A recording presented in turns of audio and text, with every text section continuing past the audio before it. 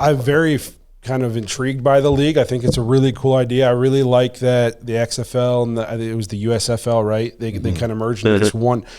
Can you just, I guess I had it like, describe the vibe. Does it have an NFL feel? How is it approached? And do you get the sense like this thing has some staying power? Like there's some big names behind it.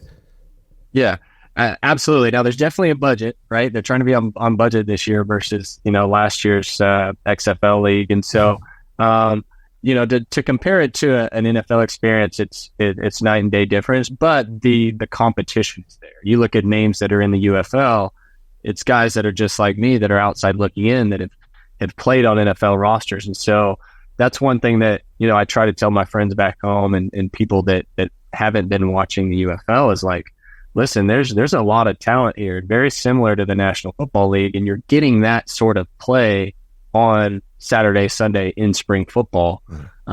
It's just they're not on the roster. They're, outside of that 52-man squad or 53-man squad. So I think that's something, the message that the UFL needs to get across is like, we've got the talent. It's just, can they put the product in the field? And I think we're proving to do that. Well, I know Cleveland has experienced this with this, but we had PJ Walker on our team just last year, and he came in and won 2 big games for us, one against the San Francisco 49ers. And he kind of made his name playing in a spring league, which got him onto the Panthers. And now, he's an NFL guy who went there, showed out in that league, and now he's on rosters in the NFL. So I think you guys have a ton of talent in the league. And I'm really interested to see where it goes, and I hope it sticks around for a long time. Yeah, that tells you how difficult it is to stay in the National Football League once you get in. Fortunately for me, in my position, you can kick for a long time, but you look at the average service in the NFL is 3 to 4 years max. If you're lucky, you get that second contract. But it's a league of opportunity is what they're preaching down here. And for me, when I came out of college, obviously went to the Cardinals and kind of was in and out. And I said, my agent had asked if I wanted to play the CFL. And I was always kind of like, I'm an NFL or bust. I really don't have any desire to kick in some of these sub leagues. Like I'd rather move on with my life and do other things. And so fortunately I got some other NFL calls and opportunities that kept me from hanging it up.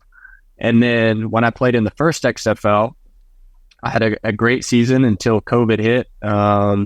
Had a couple 50 pluses and did well, and then got the call by Cleveland. Stayed in contact with Coach Prefer, and got to Cleveland. And then you talk about the second XFL, which was last season, had another great year, and then got me into Baltimore's mini camp, and then got me a workout with the Patriots late in the season. So it's creating more opportunities for me, and as long as it does that, I'm going to continue kicking. I think the best thing for players is to keep putting things on tape. And if you can put good tape out there, you got to hope somebody will find it. And I guess that's right. So I think it's a really cool league for you guys. I'm excited for you guys to be able to have something like this.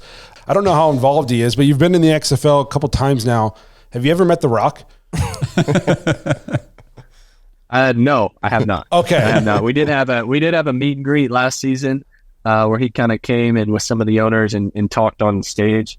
But the size of that man is unbelievable compared to, a guy like me. So yeah, that was cool to see him, and I'd never seen him in person before. And so to see him in person compared to the, normal, even large football players that are playing in the UFL, he just towers over at least. But he's a lot of fun, and he's given us the opportunity to continue playing the sport that we love. And I'm super grateful for that. Yeah. I was just curious because I like The Rock, but everything he does is very intense. And so I was just did he just come up to you and be like, kick that ball, man? I don't know. I was just curious.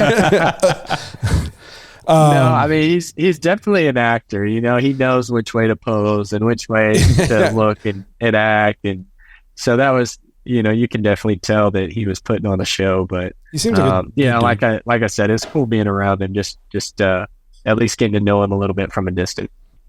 Awesome. It's awesome. I want to give you a chance to kind of tell the people, like you said, encourage them. DC Defenders, when are your games? How can they watch all that good stuff? Yeah, so we play this Saturday against Arlington.